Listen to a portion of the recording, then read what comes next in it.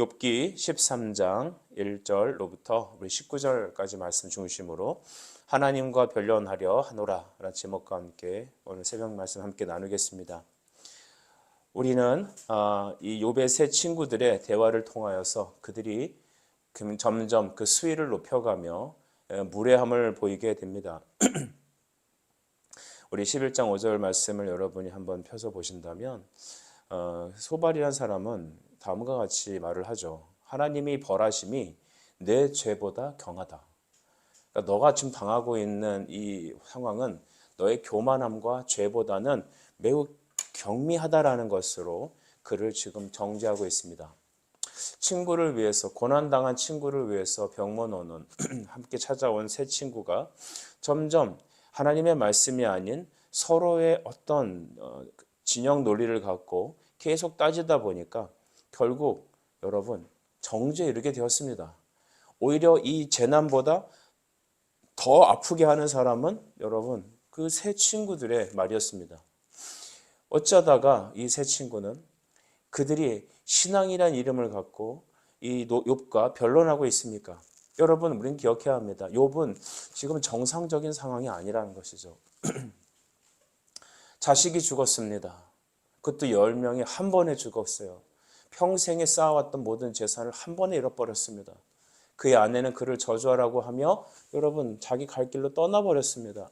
거기에 질병이 임해서 욥은 오늘 고통의 하루하루를 보냅니다.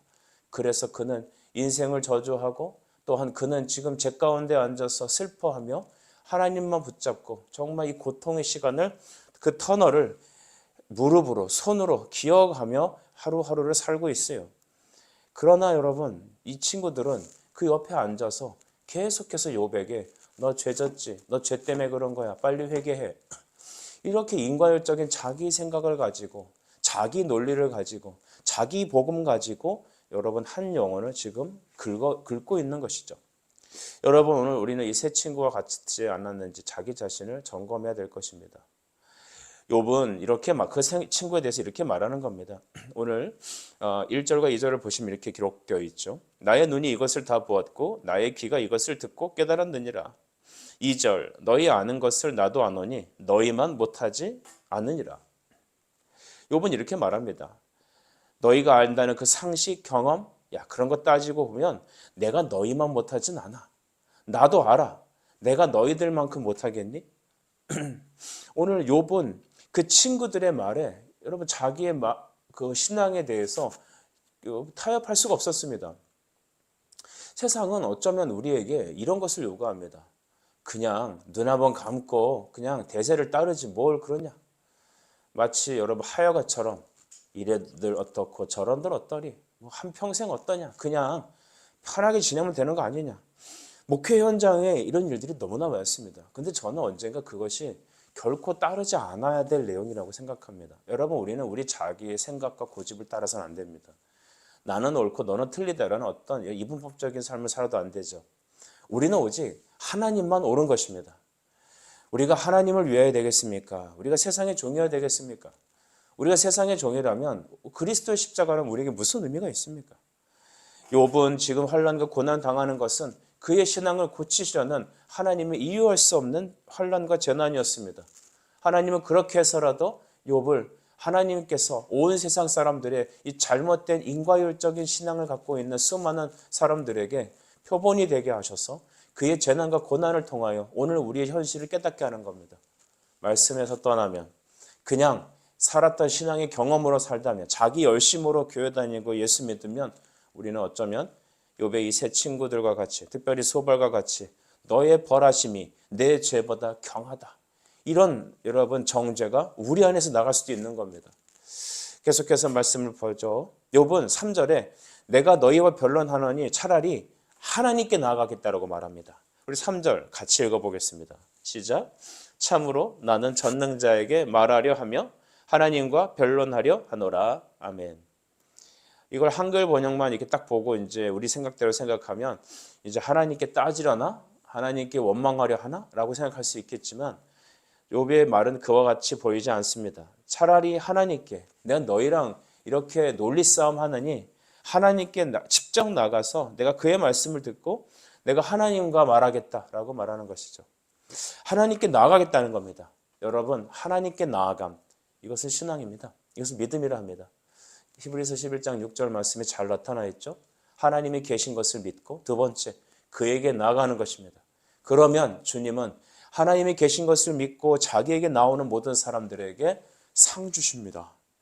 그를 회개하게 하시고, 그를 고치시고, 깨닫게 하시고, 묶인 것을 푸시고, 여러분 이렇게 끊어졌던 것을 다시 이어주시는 하나님이십니다. 그러니 여러분, 우리는 하나님과의 소통을 기뻐해야 합니다.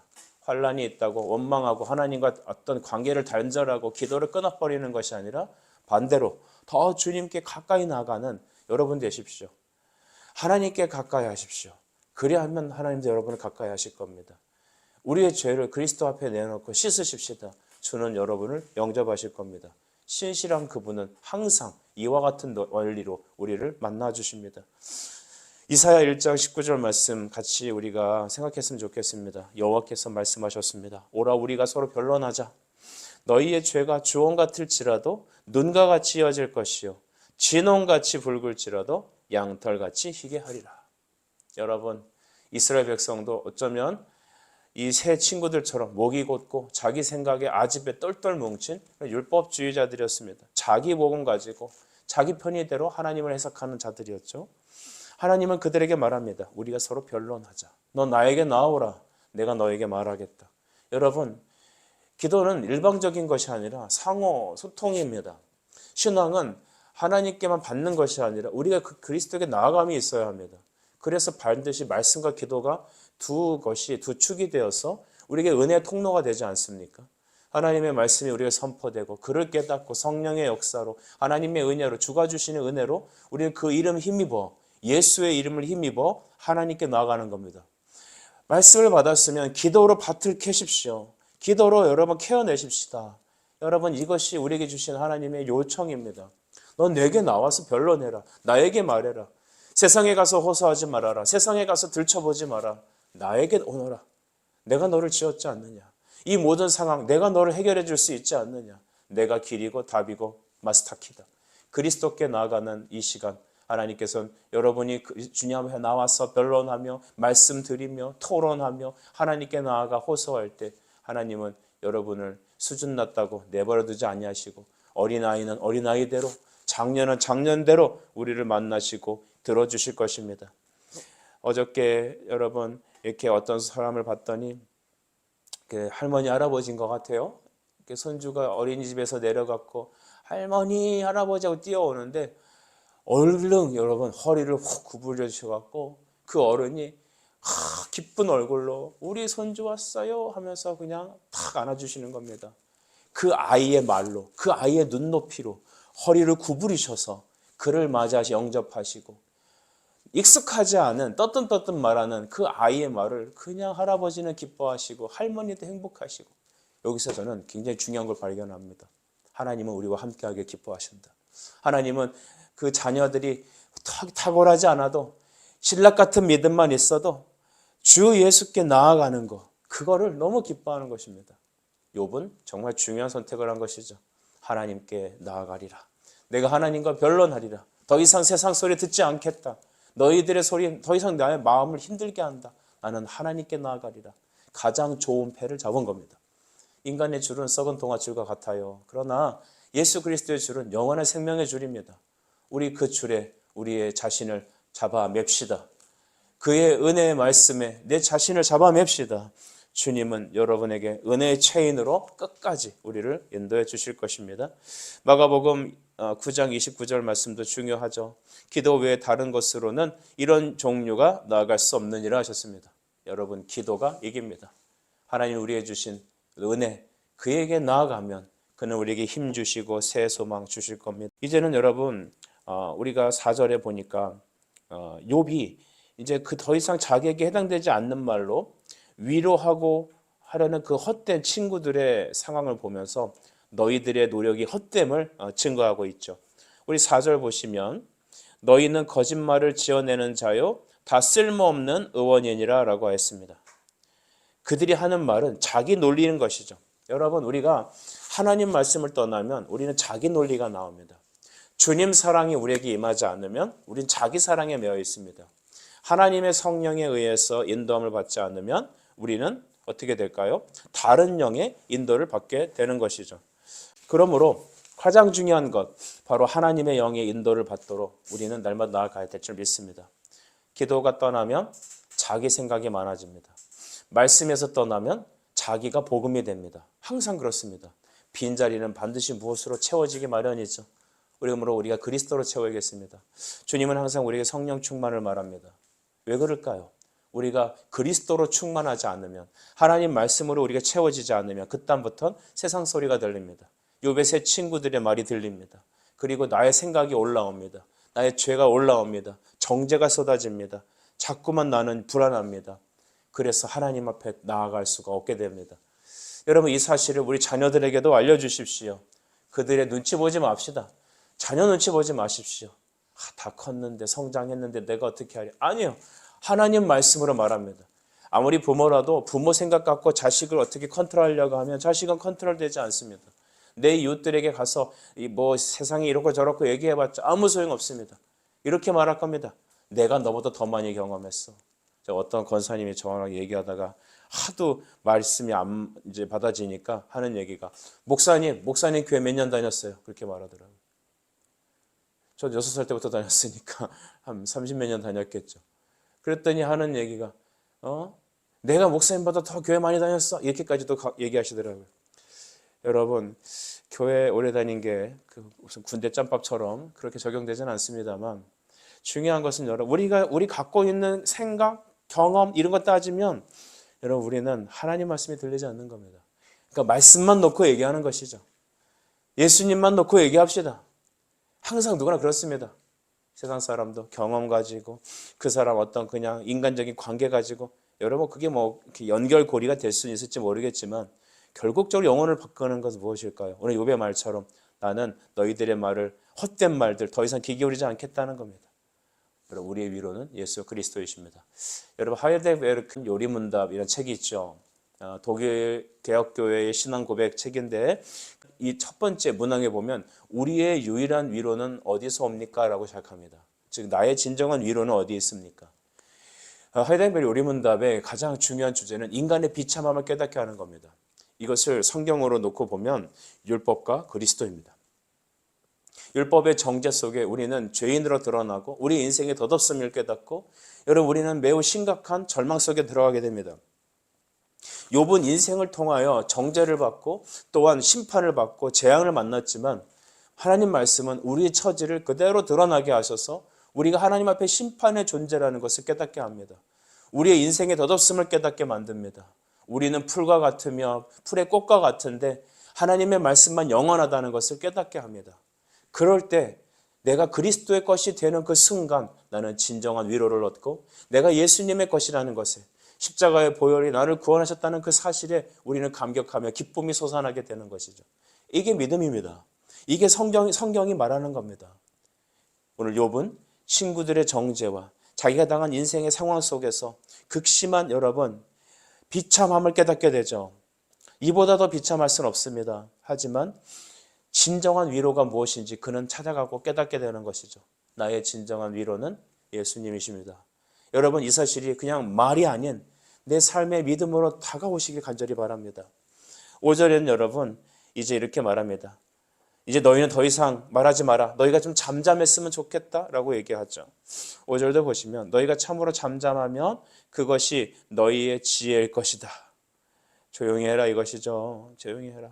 12절 점프해서 보겠습니다. 너희의 격언은 재 같은 속담이요 너희가 방어하는 것은 토성이다. 여러분, 재 같은 것, 불 다 타고 남아서 탈 것이 없는 재, 그 다음에 너희가 방어하는 그 방어력은 어떤 것입니까? 토성입니다. 그러니까 쉽게 무너지는 성이죠.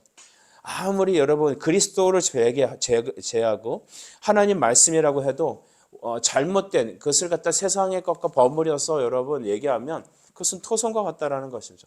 하나님 말씀이 아닌 것은 토성과 같습니다. 우리 아무리 탁월한 여러분 격언이라든지 우리의 인성이라든지 경험이라든지 상식들, 그런 세상에 많은 여러분 학문을 갖고 쫙 탑을 쌓아도 하나님 말씀이 아닌 것은 재와 같고 토성과 같다. 우린 그렇게 알고 있죠. 그래서 욥은 자기들이 더 이상 친구들이 자기를 향해서 하는 그 모든 공격과 그 변론은 다 아무 쓸데없는 것이다라고 정리를 딱 해버립니다. 그러면서 여러분 그는 이제 하나님께 나아가죠. 13절 같이 읽습니다. 너희는 잠잠하고 나를 버려두어 말하게 하라. 무슨 일이 닥치든지 내가 당하리라. 아멘. 더 이상 너희들은 소망이 없다라는 것이죠. 죽은 후에라도 내가 이렇게 살다가 재앙으로 죽을지라도 하나님만이 나를 기억해 주시면 그분의 은혜와 영생이 내게 있다면 나는 족하다는 거 아니겠습니까? 제가 함께 교제하는 목사님 중에서 정말 저보다도 더 하나님을 아는 지식과 모든 또 신학적인 부분에 아주 열심을 내는 그런 목사님이 계십니다. 그런데 어느 날 이렇게 얘기하죠. 내가 이렇게 많은 공부를 하고 또 수많은 노력을 하고 또 수많은 설교를 하고 했지만 가장 감사하고 귀한 것은 무엇일까 생각을 한답니다. 그것은 바로 나 한 사람이 예수를 믿고 하나님을 온전히 알게 됐다는 사실에 나는 가장 만족한다고 합니다. 제가 그 얘기를 듣고 정말 많은 생각을 하게 됐습니다. 내가 정말 성경에 대한 지식이 많고 하루에 내가 수많은 시간을 신학 공부하는 데 매달리고 그렇게 하고 내가 아는 것이 많고 다른 사람을 많이 가르쳐 받고 했지만 결과적으로 얻는 주요한 교훈은 무엇이냐면 나 한 사람이 예수 믿고 하나님을 알게 됐다는 이것이 가장 고상하다는 거 아니겠습니까? 여러분 영생의 소망 이보다 더 귀한 것은 어디 있을까요? 내가 예수 그리스도를 알게 됐다는 사실이 얼마나 귀합니까? 내가 하나님 말씀을 통하여서 나 한 사람의 신앙이 견고히 세워지는 것 자체가 기적 같은 것 아니겠습니까? 여러분 어떤 커다란 일을 하기 전에 먼저 여러분이 하나님을 아는 지식이 임했다는 사실에 기뻐하시고 또 거기서 멈추지 마시고 주를 알게 더 힘쓰는 여러분이 되십시오. 그리고 여러분 나서 계속해서 우리는 예수 그리스도를 흘러 보내실 겁니다. 여러분 이제 14절에 가게 되면서 이제 그는 죽음에서 해방 그리고 영원한 생명을 바라봅니다. 14절 제가 읽습니다. 내가 어찌하여 내 살을 내 이로 물고 내 생명을 내 손에 거두겠느냐. 15절 그가 나를 죽이시리니 내가 희망이 없노라. 그러나 그의 앞에서 내 행위를 아뢰리라. 하나님 앞에 나아가서 나의 삶을 아뢰리라는 거 아니겠습니까? 여러분 진정한 것은 바로 우리가 이 사망에서 해방을 받는 것입니다. 고린도전서 15장 56절은 이렇게 말하고 있어요. 사망이 쏘는 것은 죄요 죄의 권능은 율법이다 했습니다. 사망에 쏘는 것, 그 쏘는 것이라는 것은 권능을 말합니다. 그러니까 이 죽음은 여러분 죄의 권능입니다. 그리고 그 죄의 권능은 죄의 힘은 바로 죄는 사망인데 정죄에 있다라는 것입니다. 우리가 계속해서 하나님의 은혜가 아니라면 하나님 말씀의 감격이 아니라면 자꾸만 세상 소리가 내 안에 들어오고 내 안에 깊이 가라앉아 있던 그 쓴 것들이 끌어올려지면서 나로 하여금 끝없는 정죄와 좌절을 또 나로 하여금 끝없는 침륜으로 나 자신을 끌어내립니다. 그래서 여러분 겉으로 봤을 때는 좀 힘들어 보이는 것 같고 겉으로 봐서는 여러분 자기 세계에 빠진 것 같고 겉으로 봐서는 저 사람이 지금 우울증 같은 좀 힘든 삶을 겪는 것 같지만 하나님 말씀을 떠나게 되면 은혜가 떠나게 되면 여러분 말씀의 공급이 사라지게 되면 하나님과 나 사이의 기도의 소통함이 사라지는 그 순간부터 여지없이 우린 세상 소리가 안에 들어오고 내 안의 소리로 시끄러워지고 내 안에 있는 깊은 여러분 어떠한 죄성들이 끌어올라서 나를 끌어내리는 겁니다. 침륜에 빠지는 겁니다. 더 이상 침륜에 빠져갈 때 계속 자기 감정에 자기가 끌려가지 마시고 스톱, 거기서 스톱하십시오. 그리고 다시 보혈로 나가십시다. 내가 주께로 지금 가오니 십자가의 보혈로 날 씻어 주소서. 여러분 그럴 때 우린 찬송을 틉시다. 어느 박지혜라고 하는 그 바이올리스트가 있습니다. 그 간증을 하는 걸 제가 한번 들어봤는데 그 자매도 어머니가 독일에서 여러분 그 자매를 혼자 기르셨다고 하죠. 그러니 어머니는 밖에 일하고 나가고 아이는 집에 있을 거 아니에요. 그러다 보니까 우울증에 빠진 것 같아요. 그 자매가 말합니다. 얼마나 심각한 우울증이 있었는지 모든 문이란 문은 다 막고 불을 다 끄고 고요함 속에서 내 자신이 그 고요함 속에서 묻혀서 점점 죽어가는 것을 경험했답니다. 거기서 헤어나올 수 없습니다. 우리가 이렇게 얘기할 수 있잖아요. 아, 여보게 왜 그렇게 기도하지 않아? 간단하잖아. 하나님께 나가서 그냥 떨치고 나와서 예배하러 나오고 기도하러 나오면 되잖아. 뭐가 문제야? 그런데 여러분, 그럴 힘이 없는 겁니다. 그 침륜에 빠지게 되면 헤어나올 수가 없는 겁니다. 그 깊은 정죄에 들어가면 내 자신의 소리에 내가 묶이기만 하면 그 다음부터 끌려 내려가는 힘은 내 힘으로는 도저히 나올 수가 없는 겁니다. 마치 늪에 빠지는 것처럼. 그때 어디선가 들리는 처음 들어보는 듯한 노래가 있었다는 겁니다. 분명히 나는 텔레비를 틀지 않았고 라디오 틀지 않았고 사방의 문을 꽁꽁 잠궈놨는데 어디선가 들리는 찬양 소리. 누군가 널 위하여 기도하네. 누군가 널 위하여 기도하네. 내가 홀로 외로웠어. 마음이 무너질 때 누군가 널 위하여 기도하네.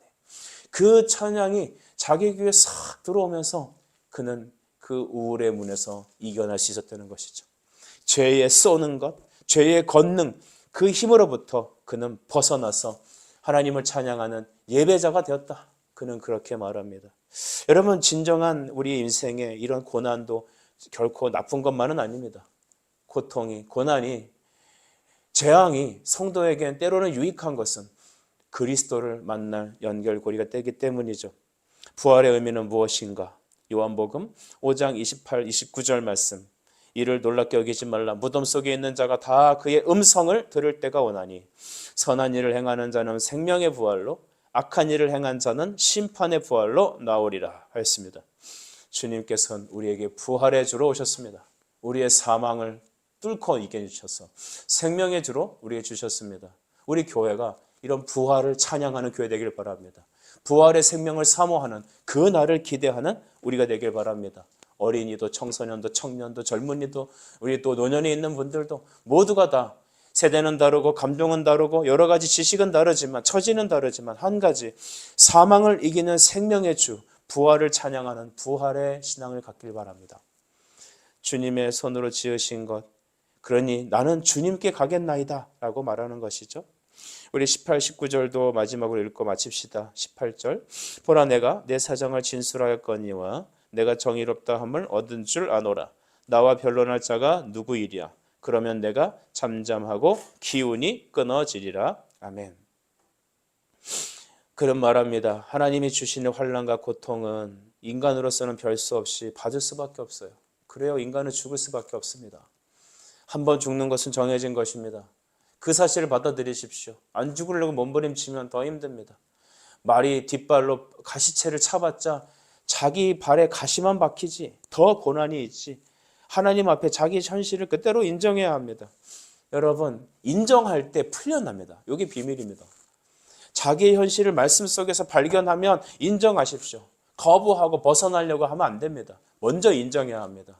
우리 자신을 하나님 앞에 여실히 깨닫고 내가 죄임을 깨닫고 내가 그렇게 끔찍히 싫어했던 나의 모습, 들킨 내 모습을 여러분 부인하고 화장하고 감추려는 것이 아니라 하나님 앞에 솔직히 인정하는 겁니다. 맞습니다. 내가 그렇습니다. 인정하면 자유로워집니다. 인정해야 풀려납니다. 그때부터 시작입니다. 욥은 우리 인생의 불가항력적인 이유로 자기가 세잔해지고 고통받지만 나는 하나님 말을 유일한 소망으로 그를 안식처로 삼겠다고 고백하는 거 아닐까요? 여러분 인정하고 우리 하나님만이 유일한 소망임을 알고 그의 안식처로 나아갑시다. 하나님 앞에 항복하는 것 그것이 지혜입니다. 하나님과 대결하는 것은 여러분 우리는 죽는 길이죠. 망하는 길입니다. 재난이 잘못된 게 아니라 그 재난의 이유를 깨닫고 내 모습을 여실히 발견하고 나의 소망은 주께 있다라는 것을 깨닫고 하나님께 나아갈 때 우리는 구속하신 예수 그리스도와 새 생명을 얻고 다시 새로운 인생과 삶을 얻을 수 있습니다. 그 기쁨이 오늘 이 아침에 저와 여러분과 우리가 만나는 모든 사람이 우리 자녀들에게 흘러가기를 간절히 축복합니다. 기도하겠습니다. 사랑의 아버지, 오늘 아침에도 우리에게 하나님과 변론하려노라 하나님께 나아가겠다라는 이 아버지 욥의 고백이 우리의 고백이 되게 주십시오. 하나님께 나아가는 것 하나님 그것만이 하나님 우리의 소망입니다. 하나님 깨닫지 못하는 우리에게 깨닫게 하시고 인생을 콱 틀어지고 자기 의로 자기 성공 신화와 또한 내 안에는 끝없는 육체의 정죄로 침륜에 빠지는 모든 영혼들이 예수 그리스도 안에서 자유롭고 해방되는 역사를 경험하게 하시며 인생은 어쩔 수 없이 죽고 아버지의 세잔해지지만 우리의 유일한 소망이 하나님이심을, 우리의 안식처가 그분이심을 깨달아 그에게 나아가는 영적 지혜가 오늘 이 아침에 우리에게 주어지게 해주옵소서. 예수님의 이름으로 기도드립니다. 아멘.